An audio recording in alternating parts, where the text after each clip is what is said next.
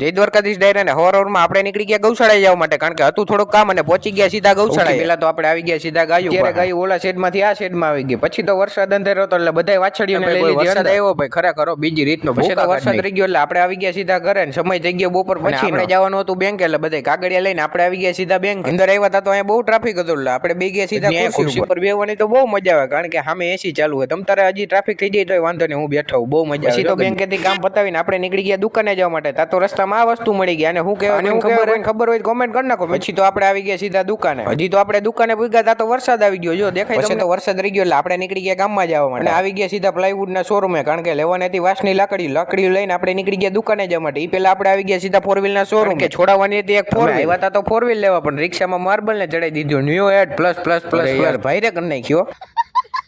Showroom માંથી marble લીધું એ ખુશીમાં તો આપણે આવી ગયા વડાપાવ લેવા. દુકાને આવ્યા હતા તો હિતેશભાઈ બધાને મોરબી પડી ગયેલા. દુકાન વધાવીને આપણે આવી